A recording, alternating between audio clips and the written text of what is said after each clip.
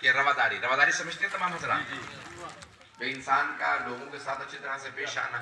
تو سرور کائنات سے متعلق ملتا ہے کہ آپ کسی سے بھی بات کرتے تھے تو مسکرا کے بات کرتے تھے، ہمیشہ مسکرا کے بات کرتے تھے.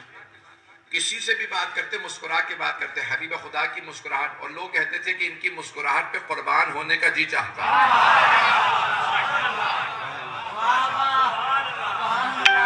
مجمع ہے نا میرے ساتھ؟ اور سرور کائنات کے دین کی پہچان اخلاق ہے. اسے کل پیش کروں گا، بس ایک بات یاد رکھیے گا. آپ فرماتے ہیں میرے دین کی پہچان اخلاق ہے. ہندوؤں میں کسی میں بھی دیکھیں گے نا تو سارے پوجا پاٹ کرتے نظر آئیں گے. عیسائیوں میں کسی سے بھی بات کریں گے تو وہ سارے کے سارے جناب عیسیٰ کو اللہ کا بیٹا مانتے ہیں. اب سارے مسلمانوں میں ایک چیز ضرور نظر آنی چاہیے، پتہ نہیں لوگ ہیں یا نہیں. کوئی کیسا بھی ہو لیکن اس کا اخلاق اچھا ضرور ہونا چاہیے. پیغمبر نے کہا میرے دین کی پہچان اخلاق ہے. گرا تو نہیں گزر رہا؟ بتانے گرامی، اب معراج پہ بھی جب اللہ کا خالق کا جناب سرور کائنات سے کلام ہوا تو اللہ نے سوال کیا، اے میرے حبیب کیا آپ جانتے ہیں میں نے تمام انبیاء پہ آپ کو فوقیت کیوں دی ہے؟ تمام انبیاء کا سردار آپ کو بنایا، سب پہ فوقیت دی، کسی کو اتنی اہمیت دی جتنی آپ کو. کیا آپ جانتے ہیں؟ تو ایک مرتبہ جناب سرور کائنات نے یہ نہیں کہا نہیں جانتا، یہ ہاں جانتا ہوں. یہ اخلاق کا تقاضا نہیں کہ کہیں ہاں جانتا ہوں. کہ پروردگارہ تو بہتر جانتا ہے.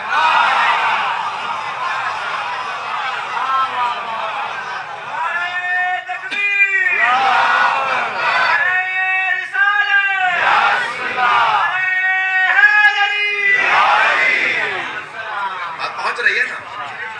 کہ پروردگارہ تو بہتر جانتا ہے. تو اللہ سبحانہ وتعالیٰ نے کہا میرے حبیب اسی وجہ سے تو میں نے آپ کو چنا ہے.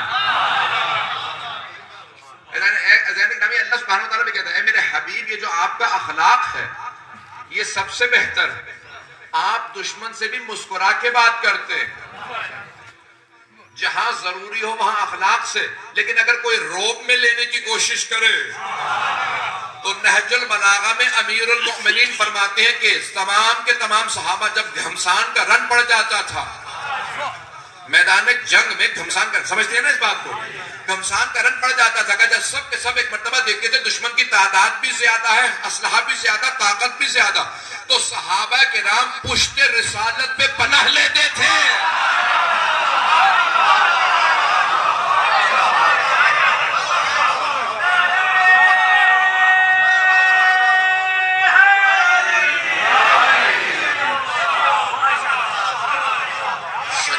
ایسی تھی، بات پہنچ رہی ہے؟ شجاعت ایسی تھی کہ صحابہ تمام کے تمام پشت رسالت پہ پناہ لیتے تھے. میں نے کچھ معجزات کل پیش کیے تھے، ان میں سے ایک معجزہ یہ ہے کہ کوئی کتنا بھی طاقتور ہو پیغمبر کے سامنے تاب نہیں لا سکتا تھا. اگر کوئی چیخنے والا بھی جب پیغمبر کے سامنے آتا تھا کچھ دیر کے لیے اس کا پتا پانی ہو جاتا تھا. نہیں پہنچا پا رہا ہوں کیا؟ کچھ دیر کے لیے اس کا پتا پانی ہو جاتا تھا. سرور کائنات صرف دیکھتے تھے، جو دیکھ کے شکست دے دے. حبیب خدا، پتہ نہیں لوگ ہیں یا نہیں ہیں. بیدانی گرامی مجھے معراج سے پہلے دو جملے پیش کرنا ضروری سمجھتا تھا. کل کے میں مکمل کروں گا اپنا موضوع. کل آخری ہمارے اس سلسلے کا یہ جشن ہے تو کل انشاءاللہ پیش کروں گا اخلاق نبوی کو آپ کے سامنے. لیکن آج معراج سے متعلق کیونکہ درخواست کی گئی ہے تو پیش کرنا چاہ رہا ہوں. سنیں گے حضرات؟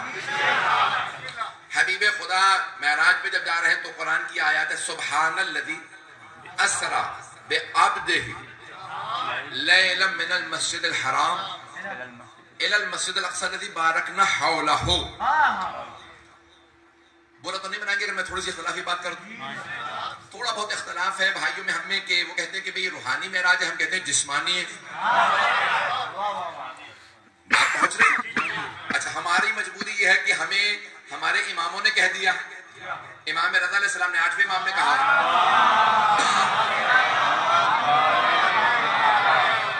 اب یہ کوئی لڑنے والی بات نہیں ہے کیونکہ اختلافات ہیں، تبھی آپ سنی ہے ہم شیعہ.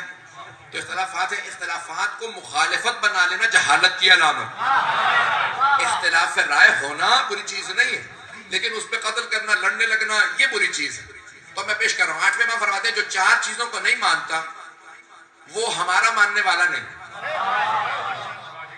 اگر سننا چاہیں، جو 4 چیزوں کو نہیں مانتا وہ ہم اہل بیت کا ماننے والا نہیں۔ تو اب ہم مجبور ہیں، مولا فرمائیے 4 چیزیں کیا ہیں؟ پہلے، جو معراج کو جسمانی نہیں مانتا وہ اہل بیت کا ماننے والا نہیں ہے۔ اگر کوئی یہ کہے پیغمبر نے خواب دیکھا تھا یا روحانی معراج ہوئی تھی تو وہ ہمارا اہل بیت کا ماننے والا نہیں۔ پیغمبر جسم کے ساتھ معراج پہ گئے۔ عبیدانی کی رامی مجھے اس کو پیش کرنا، میں یہ آج پڑھنا چاہ رہا ہوں اگر سننا چاہیں۔ دوسرا فرماتے ہیں جو سوال منکر و نکیر کو نہ مانے، قبر میں کوئی سوال جواب نہیں ہوگا کہ وہ ہمارا اہل بیت کا ماننے والا نہیں۔ تیسرا جو شفاعت کو نہ مانے، جو شفاعت کو نہیں مانتا وہ اہل بیت کا ماننے والا نہیں۔ مولا فرماتے ہیں کہ جو شفاعت کا انکار کر دے، اب بہت سے مسلمان جو وہ پیش کر دیتے ہیں آیت الکرسی، من ذا الذی یشفع عندہ، اس کی جرت ہے کہ اللہ کے سامنے شفاعت کرے، لیکن اگلا حصہ نہیں پڑھتے، الا باذنہ،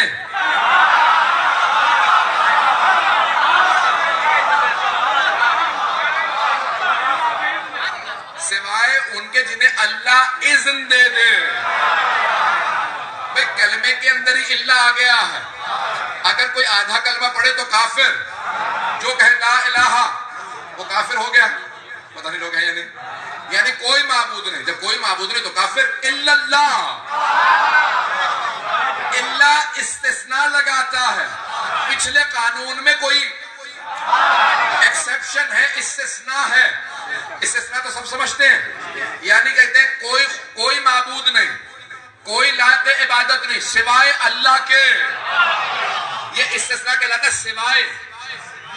تو عزیزان گرامی جب آگے نا من ذا الذی یشفع عندہ، کون ہے جو اللہ کے سامنے شفاعت کرے؟ اللہ، یہ استثناء بنا رہا ہے کہ اس قانون میں استثناء ہے۔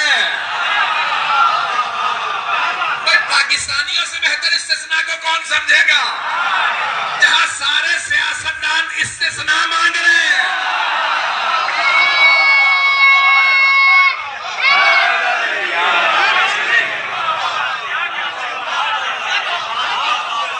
بات پہنچ رہی ہے؟ اب تو سمجھ رہے ہیں نا؟ میں سیاستدان ہوں تو میں سیاست میں نہیں بول رہا ہوں، مجبوراً میں جملہ کہہ گیا ہوں تو اس کی تھوڑی وضاحت کر دوں۔ یعنی استثناء کیا مانگ رہے ہیں؟ یعنی قانون یہ ہے اور قانون کے لحاظ سے ہم مجرم ہیں، یعنی وہ یہ کہتے ہیں، تو کہتے ہیں لیکن ہمیں استثناء دے دو، جرم تو بنتا ہے لیکن ہمیں استثناء دے دو، سوائے ان کے کوئی بھی حکومت کے مال سے کچھ نکالے تو مجرم ہے، سوائے ان کے، اسے کہتے ہیں استثناء۔ اب بات پہنچ رہی ہے؟ قانون کی زبان میں بتا رہا ہوں، ٹی ویوں کو دیکھے تو صرف خبروں کو سنا نہ کریں، سمجھنے کی کوشش کریں۔ وہ سارے یہ نہیں کہہ رہے کہ ہم نے کچھ نہیں کیا، وہ کہہ رہے کیا ہے لیکن استثناء چاہیے۔ آپ پہنچ گئی ہیں؟ اب تو سارا مجمع ہے۔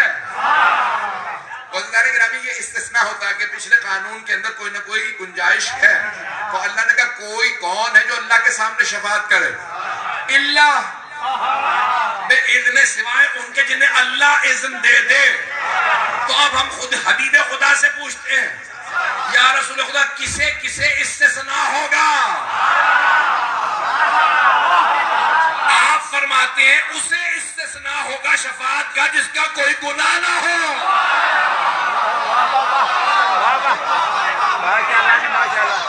جس کا گناہ نہ ہو اسے کہتے ہیں بے گناہ،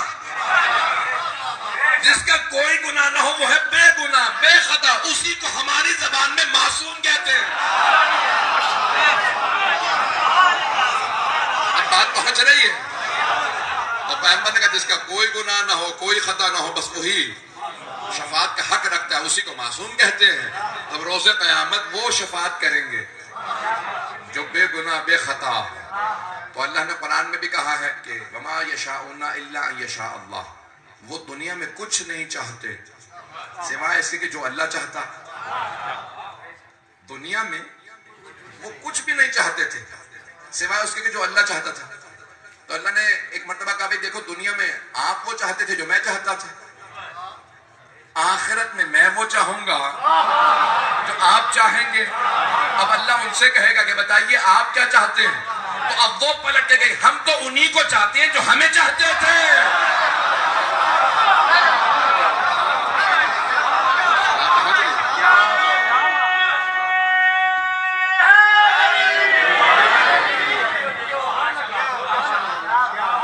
ہے نا میرے ساتھ؟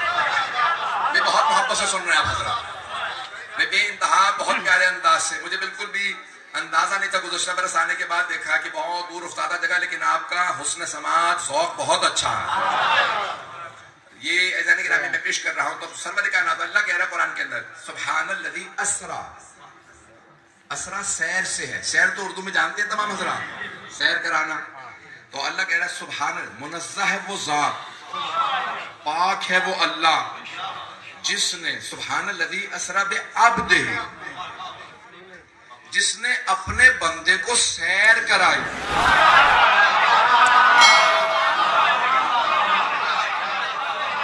اسرا بعبدہ لیلاً, رات کے وقت. اب جملے سنیے گا, وہ افراد جو کہتے ہیں کہ نہیں روحانی معراج تھی, اللہ نے ان کی نفی کے لیے کہا نبی کو نہیں, رسول کو نہیں, عبد کو. میں علمی موضوع لے چلا اور میں علمی انداز سے چلوں گا اس کے اندر. بہت پیچیدہ موضوع ہے. ملا صدرہ نے جو پوری بحث کی ہے یہاں پہ وہ پیش کر رہا ہوں. صدر الدین شیرازی نے جو یہاں پہ دلیلیں دی ہیں کہ جسمانی معراج ہے وہ پیش کرنا چاہ رہا ہوں. اگر پریشان نہ ہو تو میں چلوں گا آگے. کہ اگر اللہ کہہ دیتا نا کہ اللہ نے نبی کو معراج کرائی, رسول کو معراج کرائی, تو وہ عہدہ ہے, نبوت عہدہ ہے, رسالت عہدہ ہے. تو کوئی کہہ سکتا تھا ہاں عہدے کو معراج تھی. اللہ نے کہا نبی کو نہیں, رسول کو نہیں, عبد کو.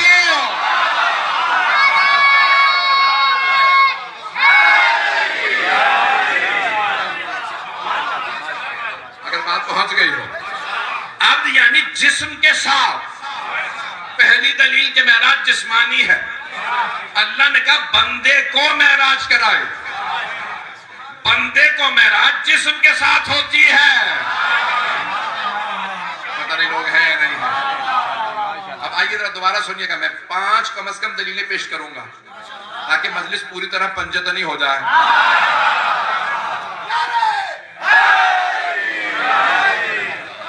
میں اب یہ 5 دلیلیں پیش کروں گا کہ جسمانی معراج رسول خدا کی اگر سننا چاہیں گے. سبحان الذی اسرا, اللہ نے سیر کرائی. سیر خیالوں کو نہیں ہوتی. ہے یا نہیں ہے؟ خیالوں کو سیر نہیں ہوتی, خواب ہوتے ہیں, سیر نہیں. یہ میں نے علمی موضوع لیا, اگر جو پہنچ رہے ہیں وہ پہنچ رہے ہیں, جو نہیں پہنچ رہے پھر ان کی قسمت.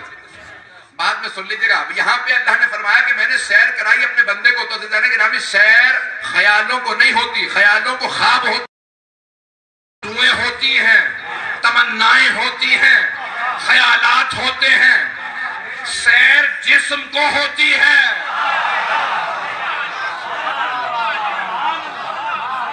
سبحان الذی اسرا بعبدہ.